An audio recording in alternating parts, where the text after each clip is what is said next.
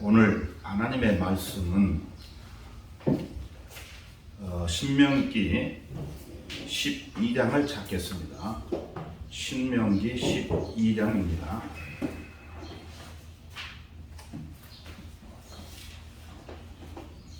12장 5절부터 7절까지 보겠습니다. 5절 오직 주 너희 하나님께서 자기 이름을 두시려고 너희 온 지파 가운데에서 선정하실 곳, 즉 그분의 처소를 너희는 찾을 것이요 너는 그곳에 갈 것이며 너희는 너희의 번제물과 너희의 희생 제물과 너희의 11조와 너희의 손으로 들어 올리는 제물과 너희의 성원물과 너희의 자원하는 제물과 너희의 소떼와 양떼의 첫대생을 그것으로 가져와서 너희는 이것들을 주 너희 하나님 앞에서 먹고 주 너희 하나님께서 너희에게 복 주셨던 모든 것, 즉 너희가 수고한 모든 것으로 너희와 너희 가족들을 즐거워할지니라.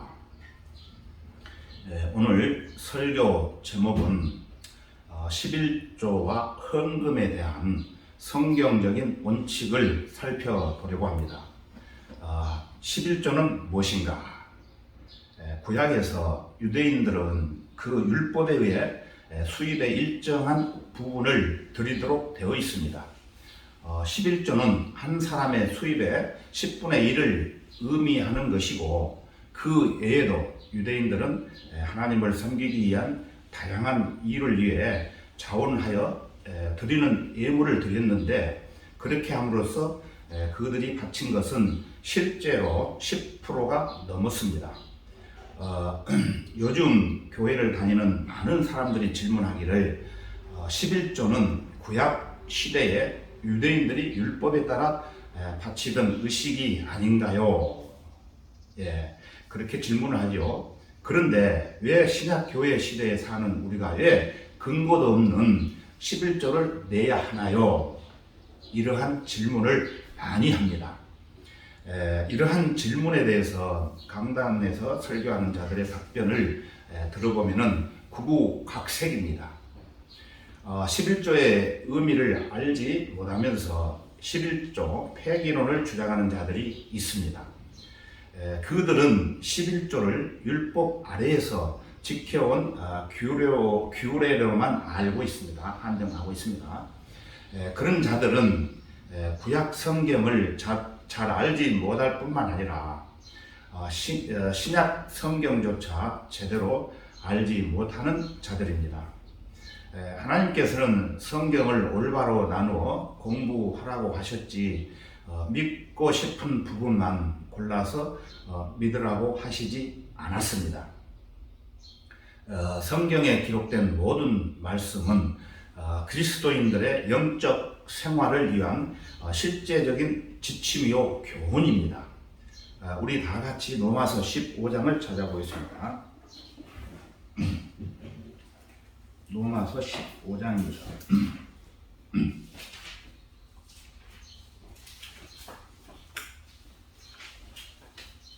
4절 15장 4절을 보겠습니다. 무엇이든지 전에 기록된 것은 우리의 교훈을 위하여 기록된 것이니 이는 성경이 주는 인내와 위로로서 소망을 지니게 하려 함이니라. 여기서 전에 기록된 것이란 두말할 것도 없이 구약을 말하고 있습니다. 이 구절은 우리가 반드시 암송해야 할 구절입니다. 무엇이든지 전에 기록된 것은 우리의 교훈을 위하여 기록된 것이라고 말씀하신 것입니다. 구약은 다른 누구도 아닌 바로 여러분 자신이 배우라고 기록된 것이라는 것입니다. 신약시대에 살고 있는 그리스도인 바로 여러분이라는 거예요.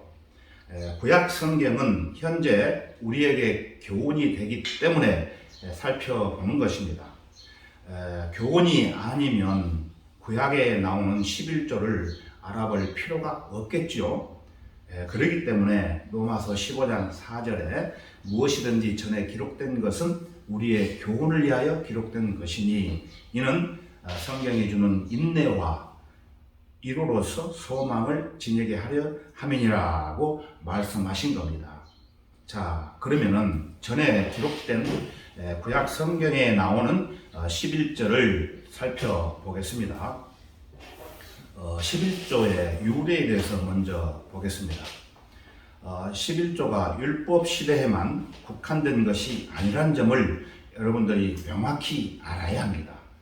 11조는 율법이 있기 전에 아브라함이 그리스도의 예표인 이방인 제사장을 만났을 때 처음 언급되었습니다. 구약성경 창세기 14장을 찾아보겠습니다.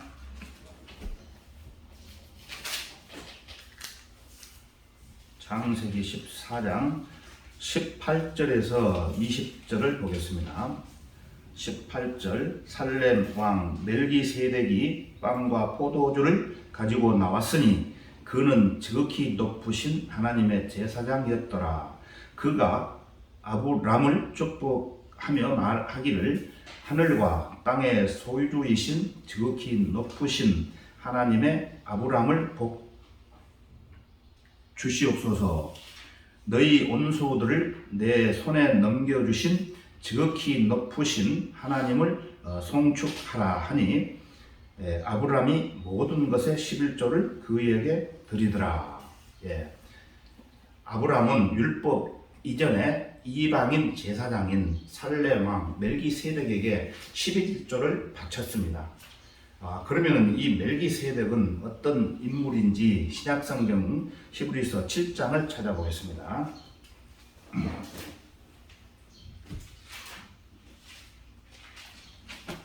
히브리서 7장 1절에서 2절을 보겠습니다. 7장 1절에서 2절. 이 멜기세덱은 살렘 왕이며 지극히 높으신 하나님의 대사장으로 여러 왕들을 무찌르고 돌아오는 아브라함을 만나서 그를 축복해 주었더니라. 아브라함도 전체의 10분의 1을 그에게 드렸으니 그의 이름을 해석하면 첫째로 의의 왕이요 그 다음은 살렘 왕 곧 화평의 왕이라. 여기서 나오는 멜기세덱은 대제사장이신 예수 그리스도의 모형으로 등장합니다. 천년 왕국이 임할 때 유대인 만왕의 왕께서 오셔서 통치하실 도성의 왕입니다. 그리고 율법 이전에 또 한 사람이 나오죠. 야곱은 자기 형 에서를 피해 도망하던 중 베델에서 하나님께 제단을 쌓았고 또 서원하면서 11조를 언급한 내용이 창세기 28장 20절에서 21절에 나옵니다. 그런데 어떤 목사는 야곱이 11조를 드린다고 약속은 했지만 드렸다는 구절이 없기 때문에 드리지 않았다고 단정을 합니다. 성경 구절이 없다고 해서 자기 멋대로 해석하면 안 되는 겁니다.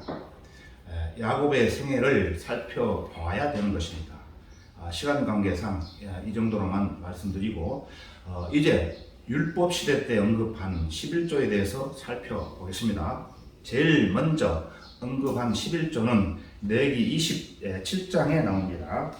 27장을 찾겠습니다.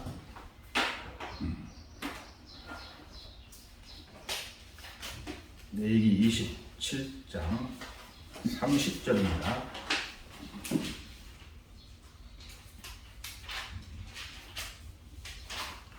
30절 땅의 모든 11조는 그것이 땅의 씨앗이든 나무의 열매이든 주의 것이니 그것을 주께 거룩한 것이니라. 이스라엘 민족은 12지파가 있었는데 11지파는 땅을 유업으로 받았고 땅을 유업으로 받지 못한 4지파가 있었는데 이 4지파는 왜 땅을 유업으로 받지 못했을까요? 성전의 일을 전담하기 위해서는 농사 일을 할 수 없기 때문에 땅을 유업으로 주시지 않고 다른 것을 유업으로 주셨습니다. 그러면은 민수기 18장을 찾아보겠습니다. 민수기 18장 20절에서 21절입니다. 20절 주께서 아론에게 말씀하시기를 너는 그들의 땅에 아무런 유업도 없고 그들 가운데 아무런 목도 갖지 못할 것이나 내가 이스라엘 자손 가운데서 내 목이요 내 유업이니라. 21절 보라 내가 이스라엘에서 모든 10분의 1을 네 자손에게 유업으로 주었나니 이는 그들이 수행하는 그들의 봉사 곧 회중의 성막의 봉사로 인한 것이니라. 이렇게 말씀하셨어요. 하나님의 전을 위해 일하는 레위인들은 땅을 유업으로 받지 못하는 대신에 이스라엘 민족 11지파가 내는 11조를 레위 자손에게 유업으로 주었다는 말씀입니다. 그래서 그 레위인과 제사장은 의식주를 해결하기 위해 이스라엘 민족이 내는 11조를 받아서 그들이 수행하는 성전의 일들만 전담했던 것입니다. 그 다음에 두 번째 11조는 처음 11조를 언급한 이후 40년이 지나서 다시 11조를 언급하십니다. 자, 그러면은 신명기 14장을 찾겠습니다. 두 번째 11조에 대해서 보겠습니다. 신명기 14장 22절부터 27절까지 제가 읽겠습니다. 14장 22절부터 27절까지입니다.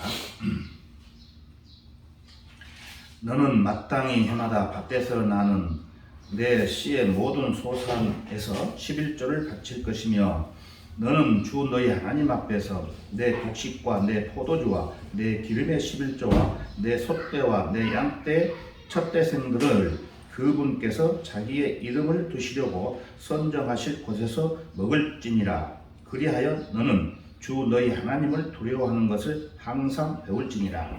만일 주 너희 하나님께서 자기의 이름을 두시려고 선정하실 곳이 너로부터 너무 멀거나 그 길이 너무 길어서 주 너희 하나님께서 너에게 복 주신 것을 내가 가지고 갈 수 없게 되면은 너는 그것을 돈으로 바꾸어 그 돈을 싸서 내 손에 들고 주 너희 하나님께서 선정하실 곳으로 가서 내가 내 마음에 원하는 것은 무엇이나 돈으로 살지니 소나 양이나 포도주나 독주나 내 마음에 드는 것을 구하여 거기서 주 너희 하나님 앞에서 먹고 너와 내 가족들과 더불어 즐거워할지니라. 내 성문들 안에 거하는 레위인을 너는 저버리지 말지니 이는 그가 너와 함께 목이나 유업이 없음이라. 여기 11조는 10분의 1은 자기가 내는 사람이 먹는 11조입니다. 이 11조에 대해서는 여러분 잘 못 들어보셨을 거예요. 일반 기성교회에서 이 11조에 대해서는 설명을 안 합니다. 그래서 유대인 민족들은 철저하게 11조를 냈습니다. 예를 든다면은 자기 농사를 지어가지고 무가 하나가 나오면은 10의 1로 그 무를 잘라가지고 11조를 이렇게 철저하게 낸 민족들입니다. 그래서 이러한 그 농사를 지어가지고 11조를 지정한 선정한 곳에 가지고 갈 수 없기 때문에 멀기 때문에 이것을 팔아가지고 돈을 가지고 그 선정한 곳에 가서 너희들이 먹고 싶은 거 이때는 포도주, 독주도 허용이 됐습니다. 이것은 1년에 딱 한 번만 특정한 날을 정해서 허락을 하신 겁니다. 하나님께서. 그래서 그때는 자기가 낸 11조를 가지고 자기가 먹고 싶은 것을 사 먹고 또 자기뿐만 아니라 자기 가족들하고 같이 그 다음에 내인들 같이 이렇게 먹으라는 11조가 있습니다.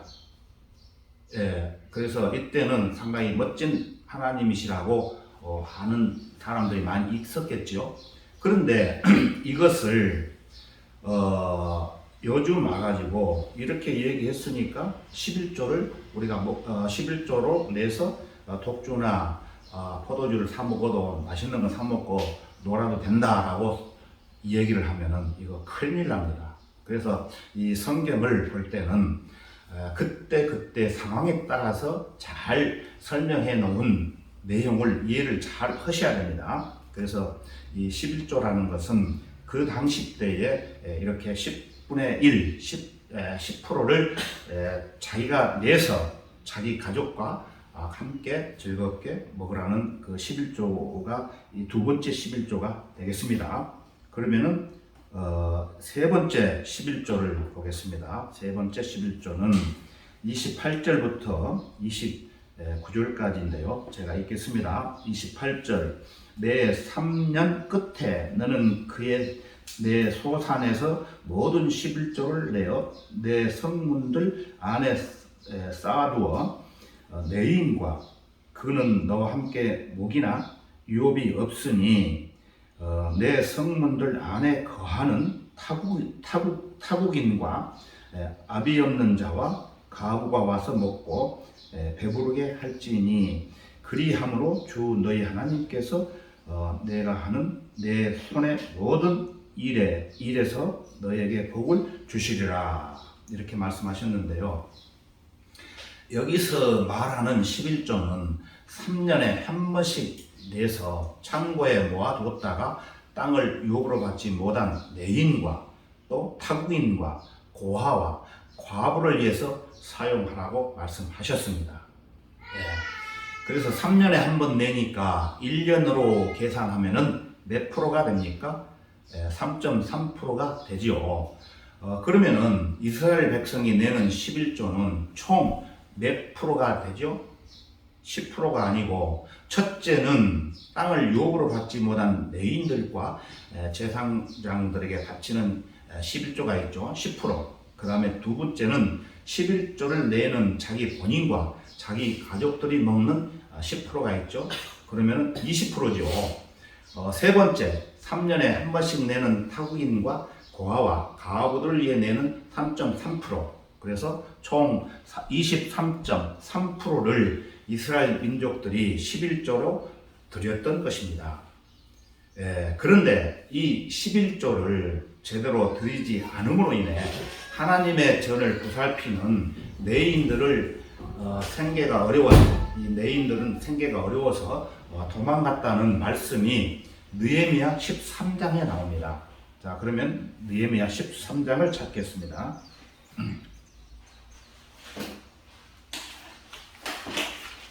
느헤미야 13장 10절에서 13절까지 보겠습니다. 13장 10절 또 내인들이 목을 받지 않은 것을 내가 알았으니 느헤미야가 하는 얘기입니다. 그 직무를 행하는 내인들과 노래하는 자들이 각기 자기 밭으로 도망하였음이니라.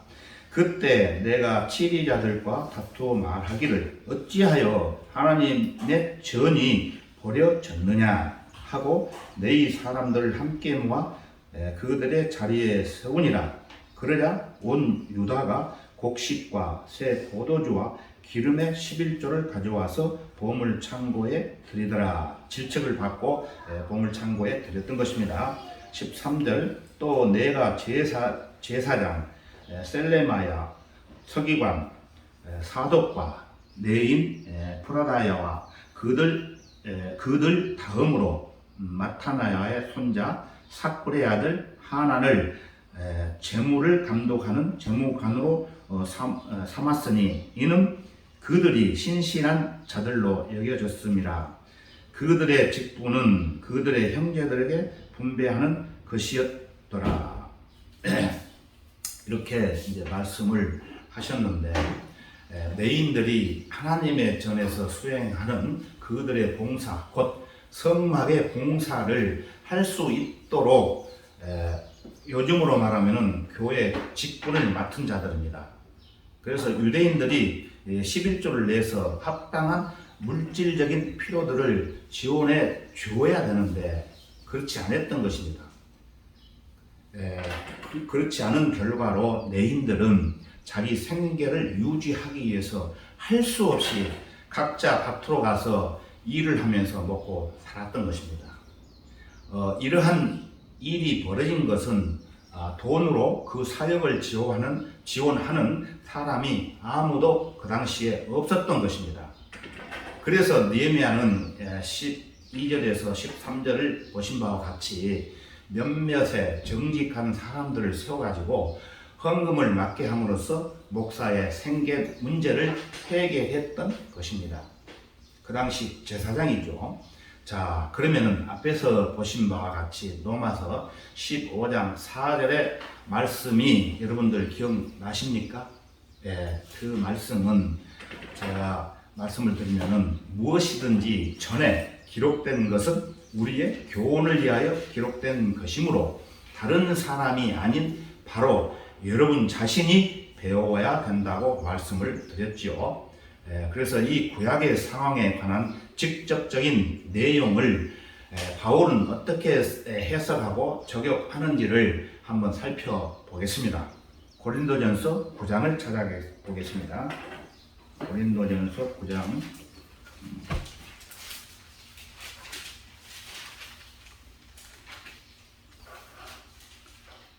13절에서 14절입니다. 13절 성전의 일을 하는 사람들은 성전에서 나오는 것을 먹고 제단을 섬기는 사람들은 제단에 있는 것으로 나누어 가진다는 것을 너희가 알지 못하느냐? 이게 굉장히 중요한 말씀입니다. 14절 이와 같이 주께서도 복음을 전하는 사람들은 복음으로 살아야 한다고 명령하셨느니라. 13절 말씀은 구약의 규례에 비춰보아도 맞는 말씀입니다. 앞에서 보신 바와 같이 구약 성경 민수기 18장 20절에서 21절에 보면은 제사장은 성전 제단에 바친 제물 중 일부를 제사장이 먹을 수 있도록 규정에 넣고 있었음을 여러분 보셨죠? 그리고 레위기 6장 16절에 가서 보면은 그 나머지는 아론과 그의 아들들이 먹되 누룩을 넣지 않는 빵과 함께 거룩한 곳에서 먹을지니 회중의 성막들에서 먹을지니라 그렇게 말씀하셨고 또 26절에도 가서 보면은 죄를 위하여 그것을 드린 제사장이 그것을 먹을지니 회중의 성막들 거룩한 곳에서 그것을 먹을지니라 이렇게 말씀하셨고 또 민수기 5장 9절에 가서 보면은 이스라엘 자손이 제사장에게 가져오는 제물의 모든 거룩한 것은 제사장의 것이 될지니라. 이런 모든 기록이 성전을 섬기는 제사장들이 성전 제단에 바쳐진 제물을 가져다 먹고 사는 것을 뒷받침하고 있는 말씀들입니다. 이것은 구약 성경의 원칙이었습니다. 구약 성경의 원칙이죠. 그렇다면 바울이 말하는 신약 성경의 원칙은 어떤가를 또 살펴보겠습니다. 바로 13절 밑에 14절을 다시 보겠습니다. 14절 이와 같이 주께서도 복음을 전하는 사람들은 복음으로 살아야 한다고 명령하셨느니라. 신약의 원칙이라고 바울이 말씀하고 있습니다. 이와 같이라는 말은 이와 같이 14절에 앞에서 나오는 구약 성경의 내용들을 말하는 거예요. 그래서 11절은 구약 성경의 원칙이라고 말씀을 드렸죠. 그래서 14절은 곧 신약의 원칙이라고 바울이 말씀하고 있습니다.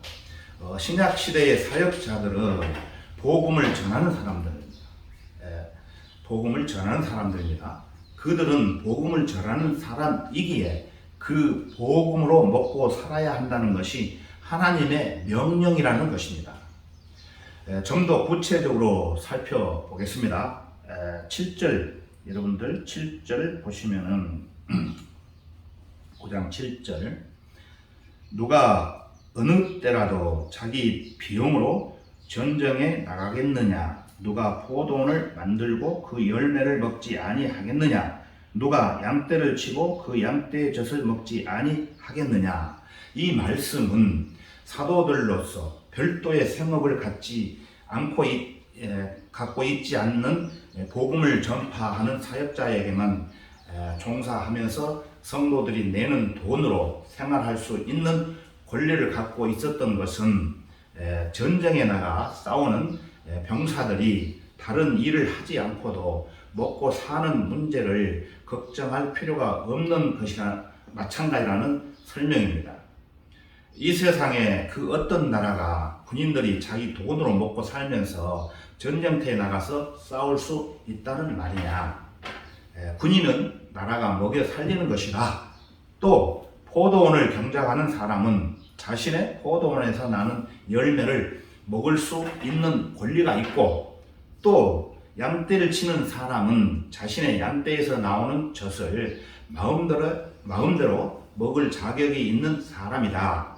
그러므로 이것은 복음 사역에 종사하는 일꾼들도 마찬가지라는 것입니다. 그러면 8절을 보겠습니다. 내가 이런 것들을 사람으로서 말하고 있느냐? 율법도 이것을 말하지 아니하느냐? 율법이 나오죠. 여기에서 이런 말은 비단 바울이라는 사람만이 하고 있는 말이 아니라 율법도 엄연히 같은 말을 하고 있지 않느냐? 바울은 상기시키고 있는 것입니다. 9절에서 10절을 보시겠습니다. 모세의 율법에 기록되기를 곡식을 밟아 떠는 소의 입에 망을 씌우지 말지니라고 하였으니, 하나님께서 소들에게 관심을 두신 것이냐? 아니면 오직 우리를 위하여 말씀하신 것이냐? 실로 우리를 위하여 기록된 것이니라. 밭 가는 사람은 소망을 가지고 갈아야 하며, 소망을 가지고 곡식 떠는 사람도 자기 소망의 참여자가 되어야 하리라. 이 구절에서도 율법을 얘기하고 있지요. 하나님께서 심지어 곡식을 맷돌질하는 소에게까지 일하면서 그 곡식을 먹을 수 있는 권리를 인정하신다는 것이에요. 곡식을 밟아 떠는 소의 입에 망을 씌우지 말지니라. 이것은 신명기 25장 4절의 말씀을 인용한 것입니다. 나중에 신명기 25장 4절을 한번 보십시오. 그래서 바울은 디모데전서 5장 18절에 말씀하시기를, 성경이 말씀하시기를 너는 곡식을 밟아 떠는 소에게 망을 씌우지 말지니라 하였고, 또 일꾼이 자기 싹을 받는 것은 합당하니라고 이렇게 말씀하셨습니다. 하나님께서는 이처럼 일하는 속까지도 보살피는 분이신데, 하물며 일하는 사역자들을 보살피지 않겠느냐는 말씀입니다. 밭 가는 사람은 소망을 가지고 갈아야 하며, 소망을 가지고 곡식 떠는 사람도 자기 소망의 참여자가 되어야 하리라. 이 구절에서 밭 가는 사람이란 하나님의 일을 수행하는 사역자들을 말합니다. 사역자들은 밭을 갈고 씨를 뿌리며 그 소출을 거두어 곡식을 타작하는 사람들이에요. 이와 같이 은혜의 복음을 전해서 구원받게 하는 것으로 끝나는 것이 아니라, 앞으로도 지속적으로 밭을 갈고 김을 매며 손바닥이 갈라지고 터질 만큼 일해서 그들이 성숙하여 온전한 그리스도인으로서 수확될 수 있을 때까지 계속되는 작업입니다. 이랑에 씨를 뿌리는 작업은 죄인들에게 복음을 뿌리고 믿음을 심어주는 단계이며, 그들이 생명을 얻고 싹이 트면은 거기에 물을 주고 비료를 주는 것은 그들이 그리스도인으로서 잘 성장할 수 있도록 부단하게 기도하는 단계입니다. 사역자들은 밭을 갈고 물러서거나 씨만 뿌려놓고 내팽겨두는 사람이 아닙니다. 그들은 물을 주고 비료를 뿌리며 곡식의 알곡은 거두어들이고 쭉정이는 키질하여 바람에 날려버릴 때까지 쉬지 않고 일하지 않으면 안 되는 사람들입니다. 목회자는 다른 사역자들과 함께 힘을 합쳐 이 모든 일들을 협동해야 됩니다. 지역 교회 사역자가 가만히 앉아서 다른 교회의 사람들을 빼오는 일은 다른 사람들의 노고의 결과를 도둑질하는 것입니다. 자, 그러면 11절을 보겠습니다. 11절.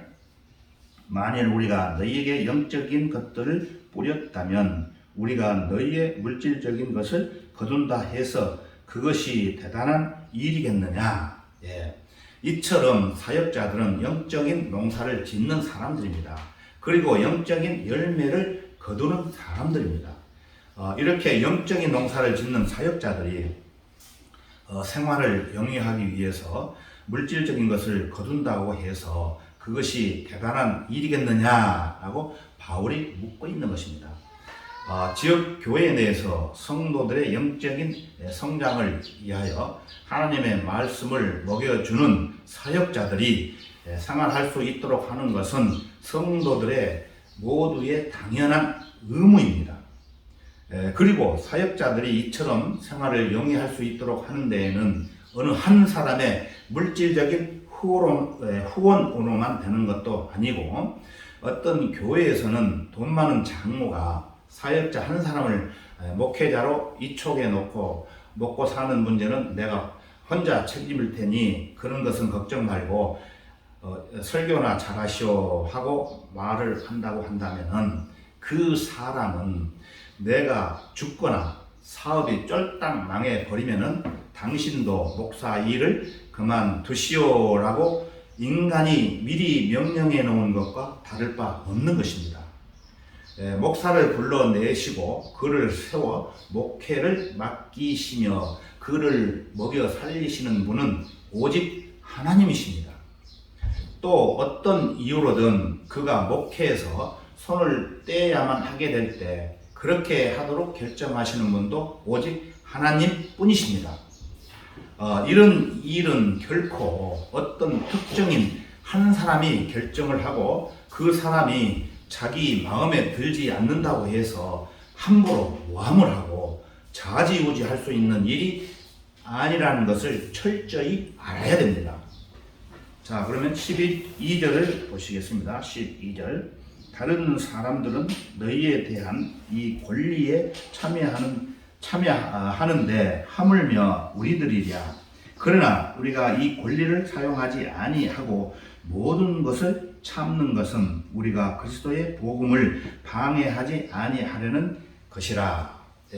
사역자들은 자신들이 담당하고 있는 영적인 일들을 수행함으로써 자신들이 생활을 영위하는 데 필요한 물질적인 보수를 받을 응당한 권리가 있고 또 그 권리에 따라 보수를 받고 살아가는 것이 당연한 것이죠.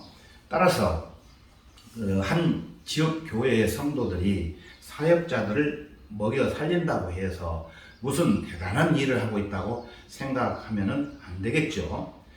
바울처럼 방방곡곡을 돌아다니면서 복음을 전파하고 지역 교회를 세우고 한 교회도 아니고 각처에 있는 여러 교회들을 보살피며 수고하고 있는 사역자들을 각 교회 성도들이 먹여 살려야 한다는 것은 당연하다는 것입니다. 그러나 고린도 교회처럼 아직 영적으로 미숙한 단계에 있는 사람들은 자신들이 영적인 사역자들을 먹여 살리는 일이 무슨 대단한 일을 하고 있는 것이나 되는 것처럼 생각하고 거드름을 피울 수도 있겠죠. 그래서 바울이나 그의 동역자들은 스스로 별도의 생업을 갖고 이 권리를 사용하지 아니하고 모든 것을 참는 가운데 어렵게 생활을 꾸려 나갔던 것입니다. 그러나 이것은 바울이나 다른 사도들에게 권리가 없어서도 아니요, 권리를 행사하는 것이 떳떳지 않아서 그런 것도 아니고, 그들은 오직 그리스도의 복음을 방해하지 않으려는 것밖에는 생각하지 않았기 때문에 그렇게 했던 것입니다. 자신들이 고생되더라도 그리스도의 복음을 전파하는 데에 도움이 된다면 그 어떤 일도 마다하지 않고 희생을 했으며 그 어떤 권리도 연연하지 않았던 것입니다. 바울은 성도들에게 그리스도의 복음을 위해서라면 그 어떤 것도 희생할 줄 아는 본을 보이고 싶었던 것입니다. 이러한 그의 심정이 데살로니가후서 3장에서도 잘 서술되고 있습니다. 너희가 어떻게 우리를 본받아야 할 것인지를 너희 스스로가 아나니 우리는 너희 가운데 무질서하게 행하지 아니하였으며 아무에게도 양식을 거저 먹지 않고 도리어 주야로 수고하고 애써 일하며 너희 가운데 아무에게도 부담이 되지 않도록 했노라. 데살로니가 후서 3장 7절에서 8절에 이렇게 말씀을 하셨습니다.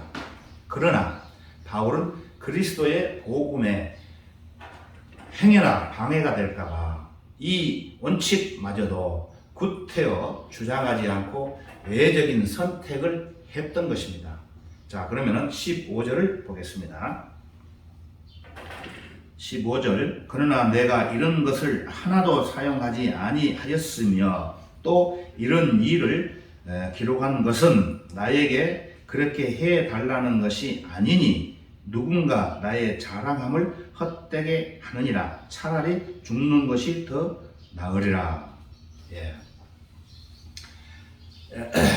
앞에서도 언급한 바와 같이 영적인 일을 하는 사역자들은 물질적인 보수를 요구할 정당한 권리가 있고 또 이것은 그 하나님의 명령이요 성경의 원칙이지만 바울은 그리스도의 복음을 위해서라면 그 권리마저도 희생함으로써 성경적 원칙의 외적인 조치를 스스로 취함으로써 성도들에게 본을 보였고 그는 그것을 자랑스럽게 생각했습니다. 그러나 이제부터라도 자신에게 물질적인 보수를 지불해 달라고 요구하기 위해서 지금 이런 말을 꺼내고 있는 것이 아니다. 만약 그렇게 생각한다면 그리고 지금부터라도 자기가 영적인 사역의 대가를 물질적인 보수를 사역의 대가로 물질적인 보수를 받게 된다면 또 지금까지 자신이 쌓아온 자랑스러움이 헛되게 된다면 차라리 죽는 것이 더 나으리라고 극단적으로 표현하고 있는 것입니다. 참으로 바울은 모든 점에서 보통 사역자가 아니었음이 분명합니다. 구약에서 말하는 11조는 신약시대에 살고 있는 성도들에게 교훈을 주고 있는 것입니다. 여러분 이해가 되십니까? 이해가 잘 안 되시는 분은 더 들어보시면 이해가 되실 겁니다. 자, 그러면은 헌금, 연보에 대해서 잠깐 살펴보겠습니다. 헌금은 첫째, 하나님을 향한 성도의 신앙 고백이라고 했습니다. 그리스도인이 하나님께 마땅히 바쳐야 할 일이 있는데 그 중에 하나가 헌금이라는 것입니다. 그리고 헌금은 하나님의 사역을 지원하는 일이기도 합니다. 그런데 그래서 헌금에 대해서 성경적으로 가르치고 또 성경적으로 우리가 배우는 것은 매우 중요하다고 봅니다. 여러분, 우리의 영, 우리의 혼, 우리의 몸, 그리고 이 세상의 모든 것이 다 누구의 것입니까? 물론 하나님의 것입니다. 우리가 하나님께 드리는 헌금은 하나님의 은혜라고 성경에서 언급하고 있습니다. 그러면 고린도후서 8장을 찾겠습니다. 고린도후서 8장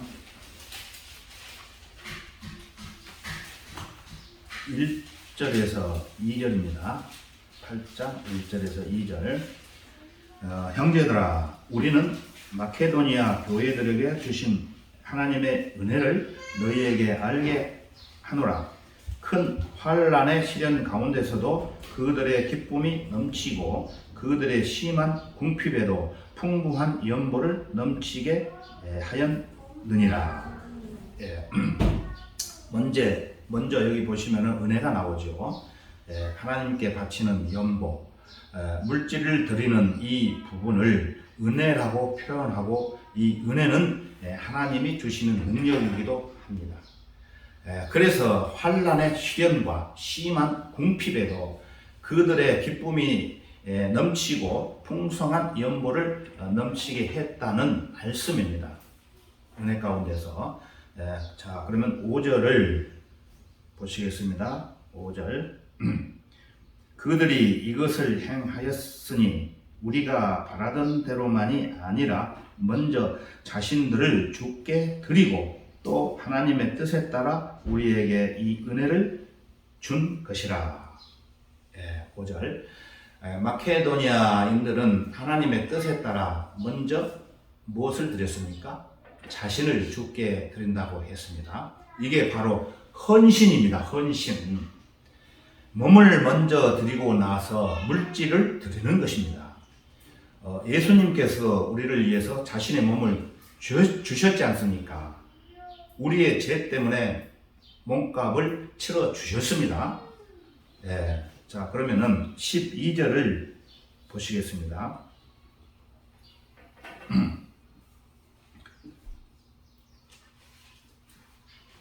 12절을 보시면 먼저 할 마음만 있다면 사람이 가진 대로 받으실 것이며 없는 것을 받지는 아니하시리라. 12절. 이것은 물질을 말하는 것입니다. 나는 명령으로 말하지 않았기 때문에 너희가 가진 것에서 마음에 준비했던 대로 그렇게 실천하라. 바울이 이렇게 말씀하셨죠. 자, 그렇다면은 구체적으로 헌금이라고 했을 때 과연 무엇을 어떻게 드려야 되는 것일까요? 그리스도인이 첫 번째 드려야 할 것은 앞에서 보셨지만 자신의 몸이죠. 몸을 먼저 드려야 됩니다. 고린도전서 6장을 찾아보겠습니다. 고린도전서 6장.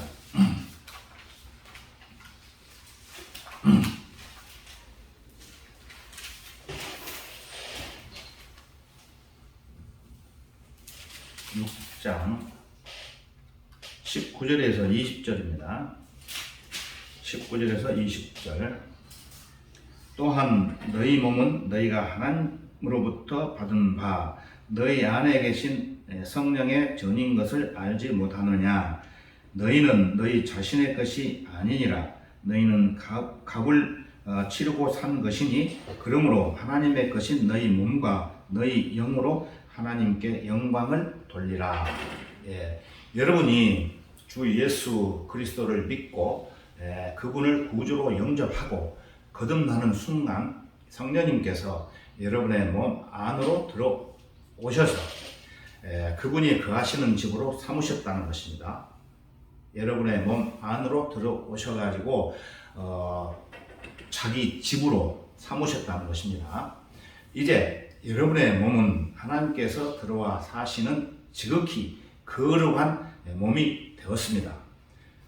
그래서 그리스도인으로서 거듭난 여러분의 몸은 이제 더 이상 여러분의 자신의 것이 아닙니다. 그 소유권이 주 예수 그리스도께로 옮겨갔습니다. 이제 하나님께서 여러분을 소유하고 계신다면 주님은 여러분의 모든 것들을 다 소유하고 계시는 겁니다. 예수 그리스도께서 여러분을 소유하기 위해서 벌써 약 2000년 전에 십자가에서 처형됨으로써 그 피값으로 여러분을 사셨던 것입니다. 그러므로 여러분이 이제 할 수 있는 것은 여러분의 몸과 영으로 하나님께 영광을 돌려드리는 일뿐입니다. 여러분의 소유권 자체가 주님께 있다는 것을 잊지 마시고 기억하셔야 됩니다. 그렇지만 소유권이 주님께 있다 할지라도 내가 자유의지로 자원하는 마음으로 내 마음을 들이지 않는다면은 하나님께서는 우리의 몸을 강제로 억지로 사용할 수가 없습니다.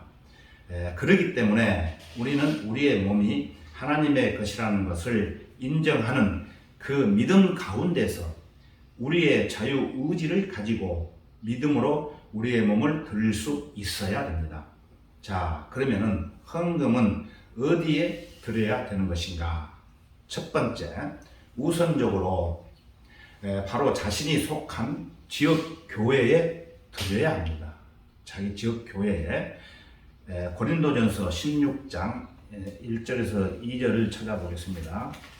고린도전서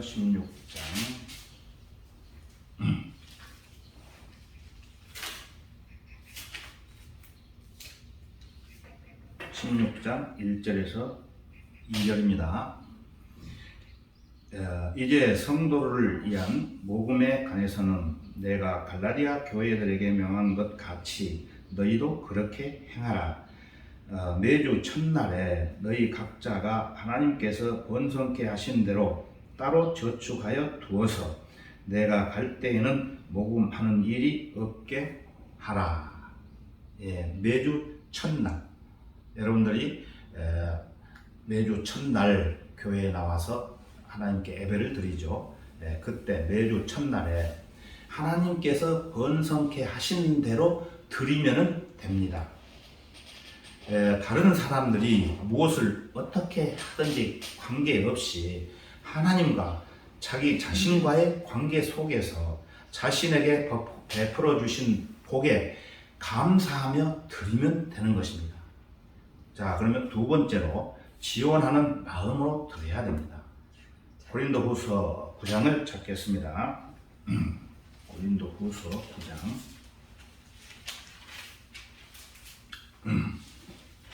9장 5절입니다. 5절 5절 그러므로 나는 그 형제들에게 권하여 그들이 너희에게 먼저 가서 너희가 전에 알려준 너희의 연보를 미리 준비하도록 하는 것이 필요하다고 생각하였노라. 이렇게 준비하는 것이 연보 같고 억지로 한 것 같지 아니하니라. 하나님께 드리는 물질은 어떤 강제성이 있으면 절대로 안 되는 것입니다. 자원하는 마음으로 여러분이 드려야 됩니다. 그런데 전에 어떤 교회 사람들은 복음을 전하는 일에 함께 해야 된다면서 자기 집을 은행에 담보로 잡히고 또 대출을 받고 또 어떤 사람들은 자기 집을 팔아서 수많은 돈을 헌금하게 하는 일들이 많이 있었죠. 그 많은 돈들이 복음을 전하는 일과 관계없이 어떤 교회 지도자라고 하는 사람이 부동산을 구입하는데 일조를 했던 적이 있었습니다. 그 잘못된 교회를 알면서 헌금하는 것은 하나님 앞에 가면은 꾸중을 듣게 되는 것입니다. 여러분들이 잘 생각하셔야 됩니다. 여러분, 헌금이라고 하는 것은 반강제적으로 의무적으로 다른 사람들이 한다고 해서 따라서 하는 것이 아닙니다. 억지로 하지 않고 반드시 자원하는 마음으로 헌금을 드려야 되는 것입니다. 하나님은 없는 것을 받는 분이 아니라는 것입니다. 빚을 내서 헌금을 하도록 유도하는 것은 아주 잘못된 것입니다. 헌금을 안 내면은 왕따 당할까봐 억지로 낸다고 하나님이 좋아하시지 않으십니다. 하나님께서 우리에게 복을 내려주신 부분에서 그 일부를 우리는 주님께 감사하며 기쁘게 드리는 것입니다. 자, 그러면은 7절을 보시겠습니다. 각 사람은 미리 마음속에 정한 대로 할 것이요 인색함이라 억지로는 하지 말아야 하리니 이는 하나님께서는 기쁨으로 드리는 자를 사랑하심이라. 각 사람은 미리 마음속에 정한 대로 하시면 됩니다. 인색함이나 억지로 하지 말고 있는 것 그대로 기쁘게 드릴 때 하나님께서는 그 사람을 사랑하신다는 말씀입니다. 생활의 규모에 따라서 얼마큼 드릴 수 있는 것인지 각자의 맞는 분량이 또 있겠지요. 그래서 각자는 그 분량대로 미리 마음속에 정해놓고 일정하게 드리는 것이며 때로는 많이 드릴 수 있고 또 때로는 적게 드릴 수 있겠죠. 그래서 미리 정해놓는 것이 왜 중요하냐면은 그렇게 해야만 즉흥적이거나 형식적으로 드리지 않게 되는 것입니다. 그렇기 때문에 그 물질에 의해서 시험받지 않을 수가 있는 것이에요. 자, 그러면 이제 우리가 헌금을 드리는 일에 있어서 하나님께서 우리에게 성경적으로 제시하는 최소한의 양이 있겠죠. 그것은 바로 구약에서 드린 11조라는 원칙을 말할 수가 있는 것입니다. 신약시대에 살고 있는 그리스도인에게 11조를 드리라, 드리지 말라. 11조라는 단어는 없지만 아까 앞에서 보신 바와 같이 로마서 15장 4절에 무엇이든지 전에 기록된 것은 우리의 교훈을 위하여 기록된 것이니 라는 말씀을 통해서 바울이 설명한 말씀들을 인용한다면 우리에게 기본이 되는 좋은 교훈들이 되는 것입니다. 그것은 구약에 나오는 11조를 생각해 볼 수가 있는 것입니다. 물론 구약의 율법에 얽매이는 사람들이 오늘날 없겠지만 그러나 구약에 나오는 어떤 원칙을 통해서 우리는 물질을 드리는 데 있어서 어떤 모범을 배울 수가 있는 것입니다. 그것은 최소한의 양이 11조로 제시가 되고 있기 때문입니다. 그런 말이 어디 있느냐 질문하는 사람들이 또 있겠죠. 이런 질문을 하는 사람들은 하나님의 은혜를 모르는 사람들입니다. 우리는 어떤 시대에 살고 있습니까, 여러분? 은혜의 시대에 살고 있지 않습니까? 은혜 시대. 은혜의 시대가 아니었던 율법 시대에도 11조 1 이상을 드렸다고 한다면 10분의 1을 드렸다고 한다면 은혜 시대에 살고 있는 우리는 한 번 더 생각해 볼 필요가 있겠지요. 그래서 우리는 최소한의 10의 1의 양을 제시할 수 있다는 것입니다. 성경적으로. 인색함이나 억지로 해서는 안 됩니다. 기쁨으로 드려야 됩니다. 기쁨으로 드리는 것은 하나님의 은혜라고 했습니다. 우리가 인색함이나 억지로 하지 않고 기쁨으로 드릴 때 하나님께서 기뻐하십니다. 또한 하나님께서는 그런 자를 사랑하십니다. 자, 그렇다면 지역교회에 바쳐진 헌금은 어떻게 관리를 하며 사용해야 될까요? 성경을 찾아보겠습니다. 앞으로 한 장 넘겨서 8장 20절에서 21절을 보겠습니다. 8장 20절에서 21절. 이 일에 조심하는 것은 우리가 맡은 이 거액의 연보에 대하여 아무도 우리를 비난하지 못하게 하려 함이니 주 앞에서 뿐만 아니라 사람들 앞에서도 정직한 일들을 하려 함이니라. 어떠한 거액의 연보가 모였을 때에 이 거액의 연보를 사용하고 관리함에 있어서 아무에게나 비난받지 않도록 사용해야 된다는 말씀입니다. 우선 성도들이 바친 헌금에 대해서 어떻게 사용되었는지를 투명하게 공개적으로 드러낼 수 있어야 합니다.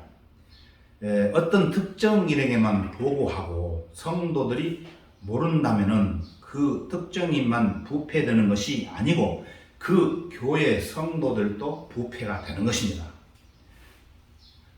우리 성경대로 믿는 제주 교회는 한 달에 한 번씩 매월 첫째 주마다 전번달에 사용했던 내역을 공개하고 있지요. 그것은 내가 바친 물건이 어떻게 쓰여지고 있는가, 그리고 하나님의 사역 가운데 잘 쓰여지고 있는지를 보는 것입니다. 혹 부족한 부분은 없는지, 부족한 부분이 있다면 기도를 하시면 됩니다. 모든 사역의 그 중심은 지역 교회를 통해 움직여야 되는 것입니다. 물질 역시나 지역 교회를 통해 들어와야 되고 지역 교회를 통해 사용해야 됩니다. 이것이 기본 원칙입니다. 지역 교회를 통해서 들어온 헌금을 지역 교회에서 관리하고 사용하는 것에 대해서 비난받지 않도록 주의해야 됩니다. 그래서 전에는 어떤 교회 보면은 투명하게 그 11조를 공개하지 않고 어떤 특정인들이 사용했던 것이 있는데, 제가 그때 그 1년에 그 11조가 들어온 것이 약 10억 이상이 들어왔습니다. 그런 돈들이 어디로 갔는지 투명하지 않고 개인의 어떠한 문제가 있어서 잘한다고 했겠지만은 성경적으로 보면은 타당치가 않습니다. 자기 멋대로 마음대로 유용했던 그런 과거가 있었습니다. 옛날에 교회가. 그래서 지금도 그러한 것들을 버리지 않고 계속해서 흉내를 내면서 지금도 역시 그런 짓을 하고 있는 교회가 있습니다. 우리는 그렇게 하지 않기 위해서 투명하게 매달 쓴 내용들을 매주 첫 주 일요일 날 여러분들에게 투명하게 공개하는 것입니다. 그리고 지역 교회는 우선 순위에 의해서 필요에 따라 집행되어야 합니다. 그 우선 순위는 첫 번째, 모임 장소가 없는 교회는 모임 장소를 마련하는데 사용할 수가 있고, 두 번째는 모임 장소가 마련되었다고 한다면은 이제 사역자를 위해서 지원해야 됩니다.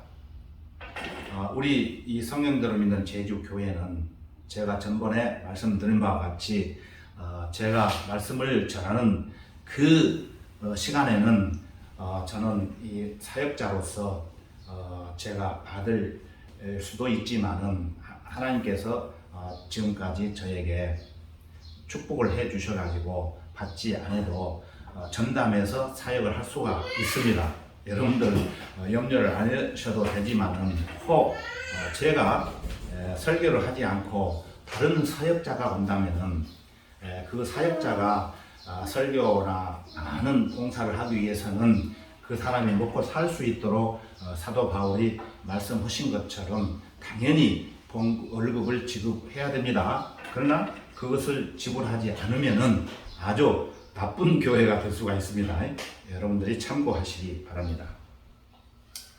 세 번째는 돈이 여유가 있으면은 지역 교회에서 사역에 필요한 실질적인 경비를 지출해야 되는 것이고, 교회 기본 운영비로부터 시작해서 복음을 전하고 증거하는데 사용해야 되고, 또 선교 활동을 지원하는데 사용해야 됩니다. 네 번째로는 교회 지도자들이 지원하기로 결정한 어떤 일이 있다면은 그 일에 사용하는 것입니다. 다섯 번째로는 구제 사역에 사용할 수 있어야 됩니다. 그것은 이웃을 돌보아야 합니다. 성경에서 이웃이라고 하는 것은 세상 사람들이 아닙니다. 성경에서 이웃의 정의는 같은 믿음을 갖고 공유하는 사람들입니다. 즉 구원받은 그리스도인들을 말하는 것입니다. 그래서 교회 안에서 어떤 성도 중에서 궁핍한 가정이 있거나 물질적으로 어려워서 교회를 나오지 못하는 성도들이 있다면 지역 교회 헌금으로 사용할 수가 있습니다. 또는 경제적으로 능력이 없는 사람인 나이 많은 과부나 또 고아들 이런 사람들은 지원할 수가 있습니다. 물론 젊은 과부는 거적을 해야 되겠지요.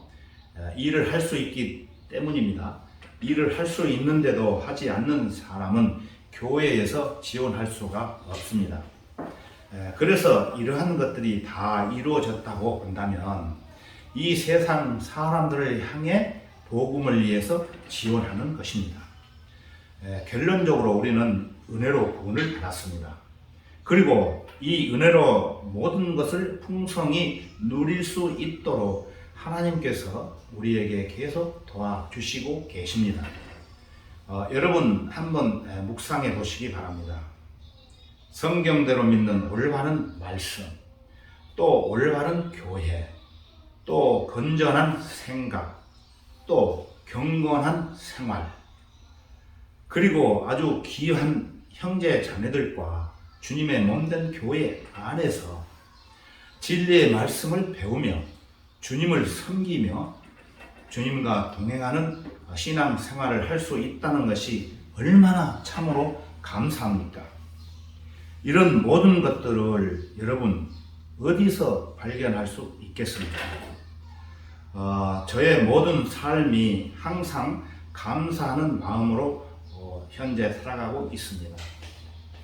특히 우리가 성경대로 믿는 일에 동참할 수 있는 모든 부분들, 이런 것들을 생각해 볼 때 우리 모두 하나님께 항상 감사를 드려야 합니다. 그러므로 저와 여러분은 하나님께 몸을 먼저 드려야 되고, 또 시간도 드려야 되고, 또 물질을 자원하는 마음으로 하나님께 드려야 됩니다. 여러분이 지금까지 이런 것들이 혹 미진했다면, 잘 모르셨다면 이번 계기를 통해서 잘 마무리하셨으면 합니다. 오늘은 여기까지 하겠습니다. 다 같이 기도드리겠습니다. 언제나 항상 우리를 사랑하신 아버지 하나님 감사합니다. 저와 허물로 죽을 수밖에 없는, 죄와 허물로 죽을 수밖에 없는 저희들을 주님의 갈보리 십자가의 보혈로 구원해 주시고 참된 주님과 동행하며 날마다 걸어갈 수 있도록 복을 주시는 주님께 더욱 감사를 드립니다. 오늘은 11조와 헌금에 대해서 성경적 원칙이라는 주제로 주님께서 주시고자 하시는 말씀들을 성도들과 함께 참고했습니다. 오늘 하나님께서 우리에게 가르쳐 주신 말씀들을 마음판에 새겨서 이 세상 살아가는 동안 비진리에 흔들리지 않고 정상적인 그리스도인의 신앙 생활이 될 수 있도록 인도해 주십시오.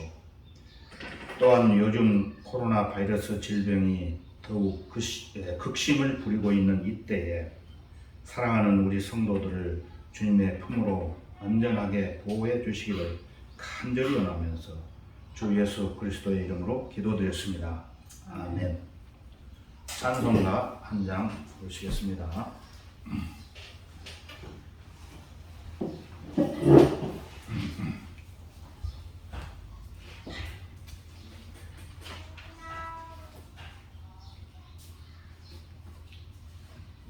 찬송가 347장입니다. 347장.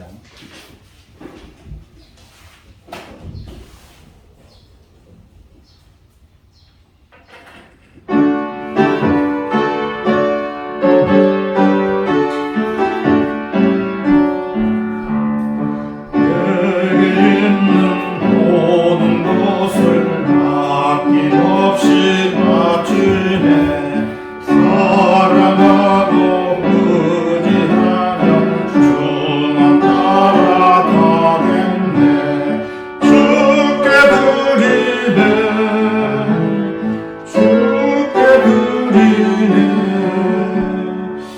사랑하는 구주 앞에 모두 드리네. 내게 있는 모든 것을 겸손하게 바치네. 세상 공락 멀리하니 나를 받아주소서. 주께 드리네. 주께 드리네. 사랑하는 구주 앞에 모두 드리네. 내게 있는 모든 것을 주를 위해 바치네. 주의 사랑 주의 능력 내게 부어주소서. 주께 드리네. 주께 드리네.